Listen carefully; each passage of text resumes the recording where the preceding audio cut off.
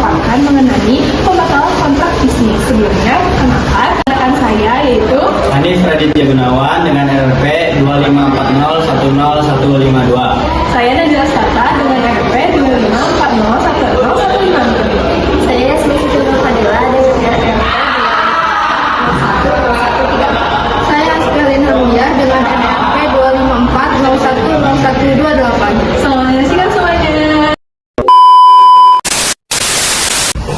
Apa yang dimaksud dengan pembatalan kontrak bisnis menurut ketentuan hukum di Indonesia? Oke, ini ya untuk kontrak atau perjanjian ya itu kan ada di dalam pasal 1320 terkait dengan perikatan ya perikatan. Nah di dalam pasal 1320 KUH Perdata itu ada yang namanya kesepakatan. Kesepakatan itu tercapai apabila pertama ya dua atau lebih yang mengadakan sebuah kesepakatan atau veto. Kedua, adanya etikat baik. Hanya kemudian yang ketiga baru yang namanya ada kata sepakat. Oke, gitu ya. Nah, itu. Nah, faktor-faktor yang memang membatalkan ya daripada perjanjian itu apabila salah satu dari hal tersebut tidak terpenuhi. Misal contoh perjanjian tidak ada kata sepakat ya itu mau sampai kapanpun perjanjian itu batal demi hukum gitu ya itu. Kemudian juga berhubungan erat dengan pasal 1266 ya yang ini menyebutkan bahwa apabila syarat-syarat di dalam syarat-syarat perjanjian tidak terpenuhi maka otomatis perjanjian tersebut batal demi hukum. Berarti yang harus digarisbawahi di sini yaitu dasar hukumnya pasal 1320 KUH Perdata dan pasal 1266 KUH Perdata. Apa alasan-alasan hukum yang dapat mengakibatkan pembatalan kontrak bisnis?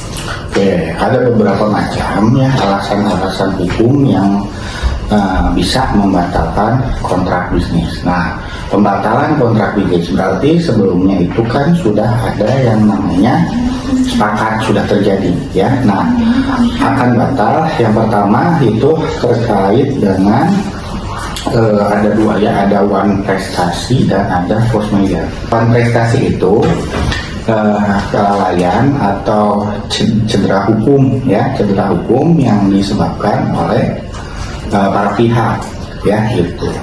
Kalau contohnya one prestasi itu misalkan kita sudah berjanji ya, misalkan perjanjian utang piutang ya, kita sudah berjanji untuk membayar tiap kali bulannya itu tiap terminnya itu 1 juta dengan total hutang 24 juta.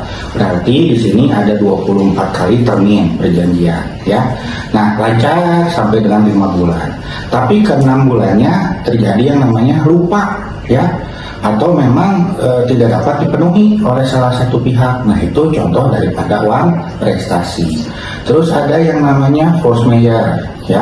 Force majeure itu keadaan di luar dugaan. Lancar nih bulan ke-1, termin ke-1, 2, 3 sampai 5. Tapi ketika termin ke-6 orang tersebut misalkan contoh kecelakaan. Orang tersebut misalnya contoh meninggal dunia. Nah, itu masuk ke dalam force majeure.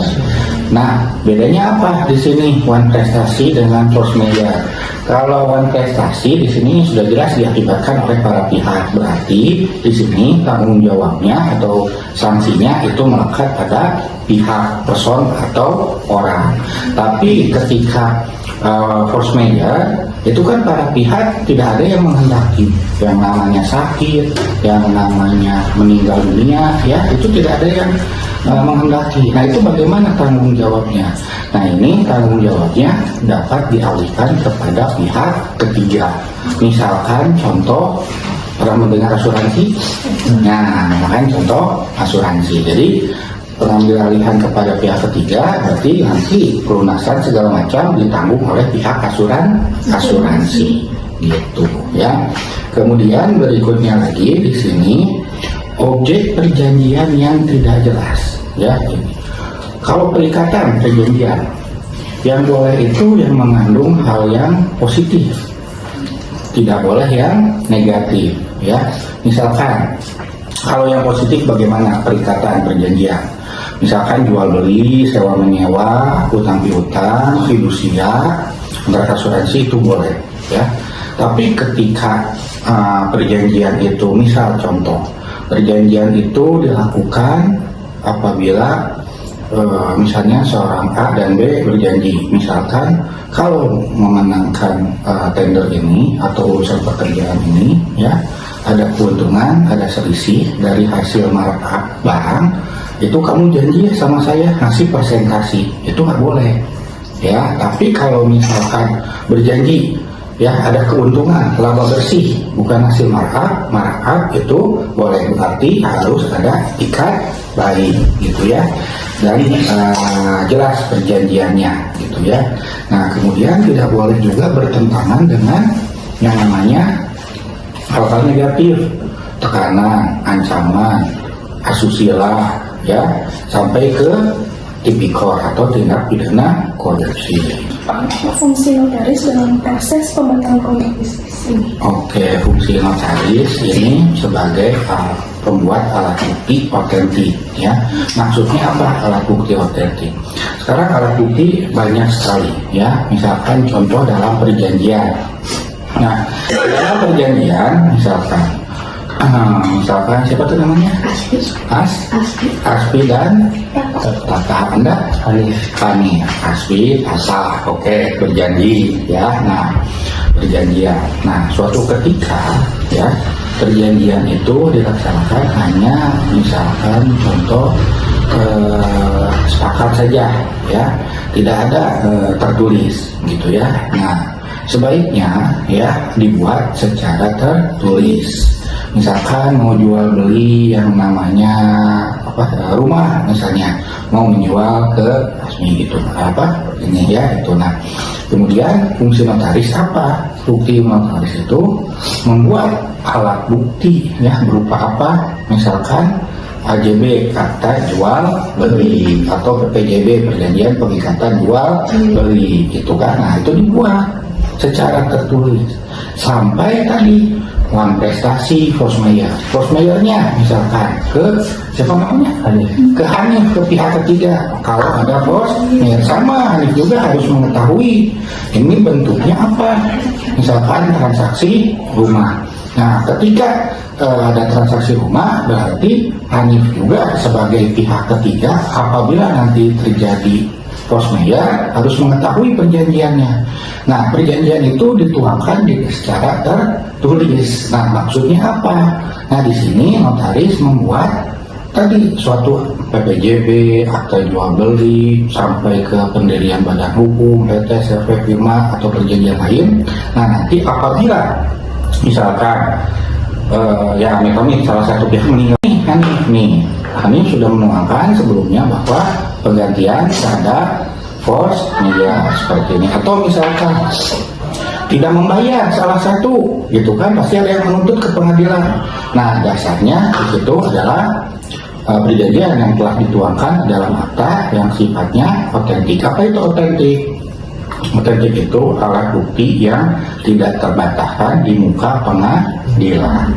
Apakah proses pembatalan kontrak mesti melalui pengadilan atau bisa dilakukan langsung oleh pihak-pihak yang terlibat? Oke, untuk pembatalan kontrak, pertama kita yang harus diverifikasi ya, kalau misalkan kontrak itu dilihat dari kontraknya itu sendiri. Tadi memenuhi 1320 tidak, 1266 tidak, ada tekanan di sana tidak, unsurnya jelas atau tidak, kemudian sampai ke poin prestasi force majeure itu jelas atau tidak. Apabila salah satu unsur itu tidak jelas, tadi asalnya notaris membuat alat bukti otentik, tapi yang dibuat misalkan oleh notaris tidak memenuhi unsur itu semua.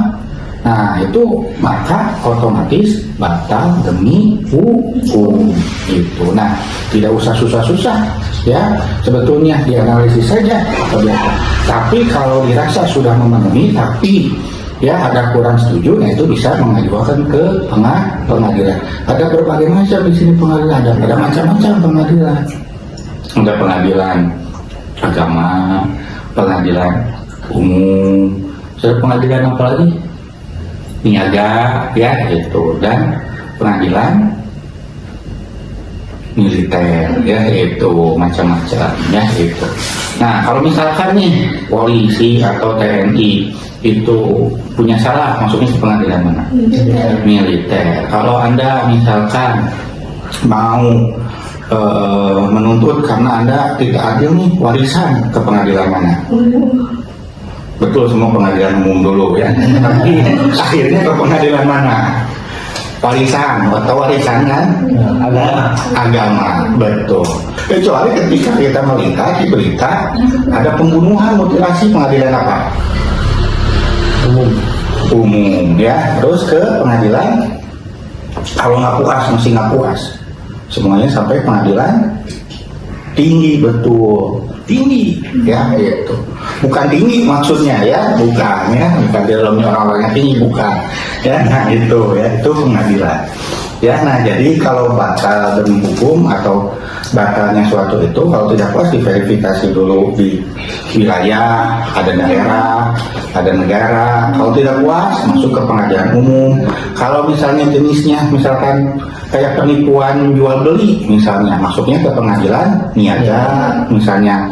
Atau misalkan ternyata badan usahanya fiktif, masuknya sama ke pengadilan niaga. Ternyata aktanya itu terkait dengan warisan, berarti masuknya ke pengadilan agama. Anda warisan ya, masuk atau pergi ke pengadilan niaga ya itu ya, yang ada diketawain Anda ya, ngapain ya mau ngurusin warisan ya itu. Atau Anda datang ke pengadilan milik ya, mau ngapain ngurus waris gitu ya itu ya. Nah itu kebalikannya juga sama ketika pengadilan umum, pengadilan agama ya, dikatakan sah atau tidaknya itu oleh siapa, diputuskan oleh siapa? Hakim, panitra. Jadi segala macam kejadian ya, segala macam perbuatan, segala macam putusan itu dicatat oleh panitra itu ya. Nah itu kira-kira untuk jenis-jenis pembatalan dan sampai penggugatan, masuknya ke pengadilan mana, sampai pengadilan tinggi. Apa langkah-langkah resmi yang diperlukan untuk membatalkan kontrak bisnis yang telah ditandatangani? Oke, langkah resmi. Pertama kita lihat dulu, kita verifikasi ya pembatalannya terkait dengan apa, kontestasi atau force majeure. Terus langkah-langkah resminya misalkan melalui gugatan ya. Gugatannya tadi menggugatnya kemana dulu ya. Misalkan contoh terkait dengan badan usaha, misalkan contoh terkait dengan waris, itu surat gugatan beda. Kalau waris berarti ditujukannya kepada pengadilan agama. Kalau misalkan penipuan badan hukum, ke pengadilan niaga. Misalkan penipuan oleh oknum TNI, ke pengadilan militer. Gitu. Nah setelah masuk ke pengadilan itu diolah, disidangkan. Apabila ada yang keberatan, masuk ke dalam peradilan, dievaluasi. Tapi saat dirasa sudah cocok, peradilan itu bisa diterima. Kalau peradilan diterima berarti tidak dilanjutkan. Tapi kalau peradilan tidak diterima berarti dilanjutkan. Nah itu ya, kurang lebih proses-prosesnya tadi hampir sama dengan pembatalan tadi apa kontrak atau perjanjian gitu. Apakah ada konsekuensi hukum yang harus dihadapi oleh pihak mengajukan pembatalan kontrak melalui notaris dalam konteks pembatalan kontrak? Nah, ada macam-macam tadi ya, seperti saya katakan tadi, konsekuensinya itu ada dua, masuk ke dalam one prestasi atau force majeure. Kalau wan prestasi berarti yang bertanggung jawab atas konsekuensi itu adalah para pihak, penjual, pembeli, ya, atau ya ada yang ada fidusia, yang ada waris segala macam itu. Kalau wan prestasi. Kedua ada yang namanya force major. Kalau force major seperti misalkan meninggal dunia, ketiban longsor, kecelakaan, ya, itu dialihkan kepada pihak ketiga gitu. Jadi untuk penanggungan atau hal-hal tersebut dibagi menjadi beberapa tadi, ada masuk ke dalam golongan wan prestasi dan ada masuk ke dalam golongan force major. Pembatalan kontrak bisnis yang pernah Bapak tangani sebagai seorang notaris dan bagaimana proses penyelesaiannya? Nah, apabila ada suatu yang tidak kurang, misalnya ada yang kurang. Nah, kalau kurang berarti perjanjian tambahannya namanya adendum. Tapi kalau misalnya ada keberatan, ya, nah keberatan berarti itu pembatalan kontrak. Pembatalan kontrak itu kita harus lihat. Misalkan pertama kontrak sudah melebihi waktunya, ya. Contohnya misalkan utang piutang, itu kan utang piutang itu perjanjian utang piutang itu pasti ada waktunya, ya, ada waktu seperti termin berapa kali. Nah kalau udah lewat seperti itu tidak dibayar atau tidak dilakukan transaksi, maka masuk ke dalam batal demi hukum gitu. Nah tapi ketika kita lihat, ya, ada perjanjian lain, ya, yang misalkan kayak pengakuan utang misalnya, tapi utangnya tidak dibayar. Nah maka dibuat pengakuan utang itu batal dan dibuat perjanjian yang baru.